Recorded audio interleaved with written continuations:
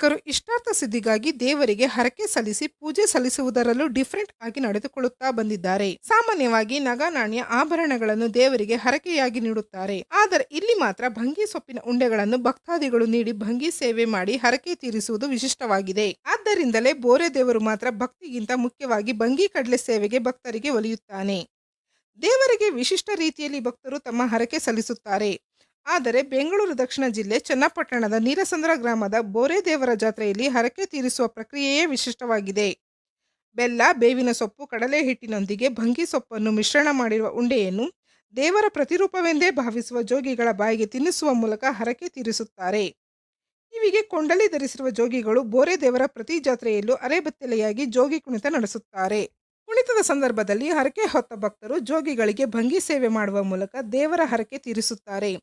ಬೆಳಗ್ಗೆಯಿಂದಲೇ ಚಿಕ್ಕವರಿಂದ ದೊಡ್ಡವರವರೆಗೂ ಎಲ್ಲರೂ ಸೇರಿ ಭಂಗಿ ತಿಂದು ನಶೆ ಏರಿಸಿಕೊಂಡು ಜೋಗಿ ಕುಣಿತ ಮಾಡಿ ಬೋರೆ ದೇವರಿಗೆ ಭಕ್ತಿ ಸಮರ್ಪಿಸುತ್ತಾರೆ. ಇದರ ಜೊತೆಗೆ ಮಹಿಳೆಯರು ಸಂತಾನ ಪ್ರಾಪ್ತಿ, ವಿವಾಹ ಯೋಗ ಪ್ರಾಪ್ತಿ ಮತ್ತು ಇಷ್ಟಾರ್ಥ ಸಿದ್ಧಿಗಾಗಿ ಪಕ್ಕದಲ್ಲೇ ಇರುವ ಕಲ್ಯಾಣಿಯಿಂದ ನೀರು ತಂದು ಬೋರೆ ದೇವರ ದೇಗುಲದ ಎದುರು ಸುರಿದು ನೀರಿನ ಸೇವೆ ಮಾಡಿ ಹರಕೆ ಸಲ್ಲಿಸುತ್ತಾರೆ. ಪಾನಕದ ಬಂಡಿಗಳು ದೇವರಿಗೆ ಪ್ರದಕ್ಷಿಣೆ ಹಾಕುತ್ತಾ ಪಾನಕವನ್ನು ಭಕ್ತರಿಗೆ ನೀಡುತ್ತಾರೆ.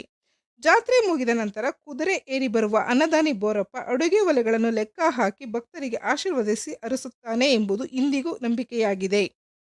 ಹಾಗಾಗಿ ಅಡುಗೆ ಮಾಡಿ ಪ್ರಸಾದ ವಿನಿಯೋಗ ಮಾಡುತ್ತಾರೆ.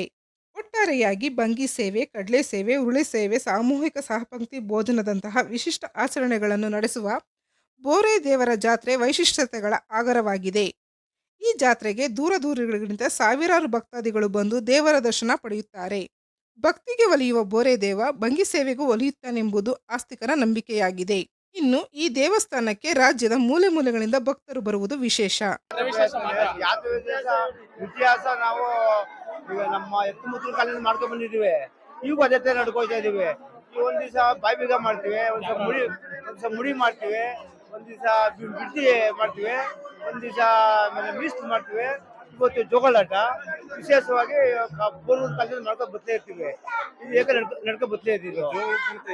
ಜೋಗಳ ಕುಣಿತ ಅಂತ ಅಂದ್ರೆ ಯಾವ್ದು ಹಿಂದೆ ಕಾಲದಲ್ಲಿ ಏನು ಪಾವಡ, ಸತ್ತು ಪಾವಡ, ಅದು ಏನು ಹೆಚ್ಚು ಕಡಿಮೆ ಆಗಿ ಮನುಷ್ಯರು ರೂಪದಲ್ಲಿ ಕೊಲೆ ಮಾಡ್ತಾರೆ ಅಂತ ಹೇಳ್ತಿರಂತೆ. ಅವಾಗ ಏನು ಭಕ್ತಿ ದೇವರು ಮಡಿಕೋತ ಭಕ್ತಿ ಇದೆ ತೋರ್ಸಪ್ಪ ಅಂದಾಗ ಅದು ತಗರಾಗೋಯ್ತಂತೆ. ಅವಾಗ ಮನುಷ್ಯ ರೂಪದಲ್ಲಿ ತಗರಾಗೋಯ್ತಂತೆ. ಅದಕ್ಕೆ ಸತ್ತು ಪಾವಡ ಅಂತ ಇದು ನಾವು ಮಾಡ್ಕೊ ಬರ್ತಾ ಇದೀವಿ. ಅವಾಗದಿಂದ ಸತ್ತು ಪಾವಡ ಅಂತ ಇದ್ದೀವಿ ಗೊತ್ತಿದೆ. ಎಷ್ಟು ಸತ್ತು ಪಾವಡ ಆದ್ಮೇಲೆ ದೇವ್ರ ಉತ್ಸವ. ನಾಳೆ ಮಹಾಮಂಗಳಾರತಿ ಮಾಡ್ತೀವಿ. ಸಾಯಂಕಾಲ ರಾತ್ರಿ 10 ಗಂಟೆ ಆಗೋಗ್ತದೆ ಮಹಾಮಂಗಳಾರತಿ ಮಾಡೋಕ್ಕೆ. ಬಂಗಿ ಗಡ್ಲೆ ಬಂದು ಅದು ಅರ್ಕೆ, ಅವರು ಅರ್ಕೆ ಮಾಡ್ಕೊಂಡಿರ್ತಾರೆ. ಅರ್ಕೆ ಮಾಡ್ಕೊಂಡ್ರೆ ಯಾರೋ ಮಕ್ಕಳು ಮರಿ ಅದು ಏನೋ ಕಷ್ಟ ಸುಖ ಬಂದಾಗ ಅರ್ಕೆ ಮಾಡ್ಕೊಂತಾರೆ. ಸ್ವಾಮಿ ನನಗೆ ಬಂಗಿ ಕಡ್ಲೆ ಮುಗಿಸ್ತೀನಿ ಕಣಪ್ಪ, ನಂಗೆ ಒಳ್ಳೇದು ಮಾಡ್ತೀನಿ ಅಂತ.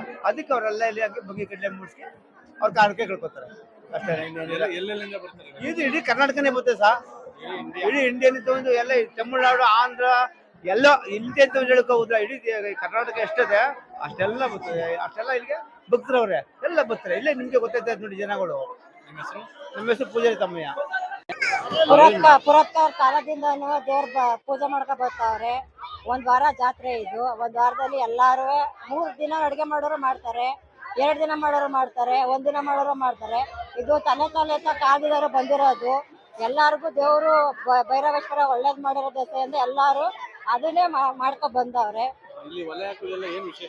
ಒಲೆ ಹಾಕೋದು ಅಂದ್ರೆ ದೇವ್ರ ಭಕ್ತಿ ನಂಬಿಕೆ. ಇವಾಗ ಏನಾರು ಹುಷಾರಿರಲ್ಲ, ಅರ್ಕೆ ಮಾಡ್ಕೊಂಡಿರ್ತೀವಿ, ಅದು ಒಳ್ಳೇದಾದ್ರೆ ನಾವು ಬದುಕಿರೋವರೆಗೂ ಒಲೆ ಹಚ್ಕೊಂಡ್ ಬರ್ತೀವಿ ಅಂತ ಹೇಳ್ತೀವಿ. ಇಲ್ಲ 3 ವರ್ಷ, 4 ವರ್ಷ, 5 ವರ್ಷ, 9 ವರ್ಷ ಹಂಗ್ ಮಾಡ್ತೀವಿ ಅಂತ ಹೇಳ್ತೀವಿ. ಅರೆ ಭೈರವೇಶ್ವರ ಎಲ್ಲರಿಗೂ ಒಳ್ಳೇದ್ ಮಾಡಿರೋ ದೆಸೆಯಿಂದ ಎಲ್ಲಾರು ಅಡುಗೆ ಮಾಡ್ಕೊಂಡು ಅನ್ನ, ಸಾರು, ಪಾಯಸ ಅದೆಲ್ಲ ಮಾಡಿ ಜನಗಳಿಗೆ ಊಟ ಹಾಕ್ತಿವಿ. ನಾವು ನಮ್ಮ ತಾತ ಅಜ್ಜಿ ತಾತದಿಂದ ಮಾಡ್ತಿದ್ರು. ಆಮೇಲೆ ನಮ್ಮ ಅಮ್ಮ, ಈಗ ಅವ್ರ ಅಮ್ಮ ನಮ್ಮ ಅಮ್ಮನ ಕೈಲಿ ಆಗಲ್ಲ, ನಾವು ಮಾಡ್ತಾ ಇದೀವಿ. ಅವರೆಕಾಳು ಗೊಜ್ಜು, ತರಕಾರಿ ಸಾರು, ಪಾಯಸ, ಅನ್ನ, ಪಲ್ಲವು, ಕೇಸರಿ ಬಾತ್ ಎಲ್ಲ ಮಾಡ್ತೀವಿ. ಪ್ರತಿ ವರ್ಷನೂ ಬರ್ತೀವಿ. ಏನಾದ್ರು ಹಿಂಗೆ ಯಾರು ತಿರೋದು ನಮ್ಮ ಫ್ಯಾಮಿಲಿಲಿ ಆ ವರ್ಷ ಮಾತ್ರ ಬರಲ್ಲ. ನಮ್ಮ ಹೆಸರು ಮೀನಾ, ನಾವು ಹರಿಶ್ಚಂದ್ರ. ನಾವು ತಾತನ ಕಾಲದಿಂದನೂ ಮಾಡ್ಕೊಂಡ್ ಬಂದಿದೀವಿ. ನಮ್ಮ ತಂದೆ ಮಾಡಿದ್ರು, ನಾವು ಮಾಡ್ತಾ ಇದೀವಿ. ಜೋಗಳಾಟ ಆಡ್ಕೊಂಡು 5 ಸುತ್ತು ಬಂದು 3 ಸುತ್ತು ಬಂದು ಏನೋ ಮಾಡ್ತಾಯಿರ್ತದೆ. ಮಿಕ್ಕಿ ಜೋಗಾಪ್ತರೆಲ್ಲ 5 ಸುತ್ತು ಬರ್ತಾರೆ.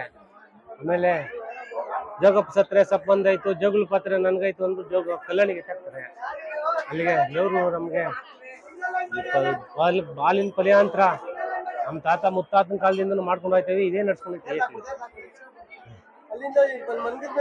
ಬೇವಿನ ಸೊಪ್ಪು ಮಾಡ್ಕೊಂಡು ನಮ್ಮ ಬೇವಿನ ಸೊಪ್ಪು ಹಾಕ್ತಾರೆ. ಆಗ ಜ್ಞಾನ ಒಂದು ಸ್ವಲ್ಪ ಹೋಗುತ್ತೆ, ಏನು ಅಂತ ಗೊತ್ತಾಗ್ತಾ ಇಲ್ಲ. ಒಟ್ಟಲ್ಲಿ ಜೋಗಪ್ಪ ಬಂದು ಎತ್ಕೊಂಡೋಗಿ ಕಲ್ಯಾಣಿಗೆ ಎತ್ತಾಕ್ತಾರೆ. ಕಲ್ಯಾಣಿಗೆ ಎತ್ತಾಕಿ ಅವರು ಐಸೂತ್ ಬಂದು ಕಲ್ಯಾಣಿಗೆ ಎತ್ತಾಕ್ತಾರೆ. ಆಮೇಲೆ ಜ್ಞಾನ ನೀರೊಳಗೆ ಹಾಕಿದ್ಮೇಲೆ ಜ್ಞಾನ ಬರುತ್ತೆ. ಹೆಸರು ಬೋರೆ ಅಂತ ಸರ. ನಾವಲ್ಲೇ 18-20 ತಲೆಮಾರಿನಿಂದ ಮಾಡ್ತಾ ಇದೀವಿ. ನಾವು ಮಾಡ್ತಾ ಇರೋದು ನಮ್ಮ ತಾತ 100 ವರ್ಷದಿಂದ ಮಾಡ್ತಾ ಇದಾರೆ. ನಮ್ಮ ತಾತಿಂದ ಬಂದಿರೋದು. ನಮ್ಮ ತಾತ, ನಮ್ಮ ತಂದೆರಪ್ಪ, ಅವ್ರ ಮುತ್ತಾತ ಎಲ್ಲ ಮಾಡ್ಕೊಂಡ್ಬಂದು ನನ್ಗೆ ಇವಾಗ ಬಂದಿದೆ.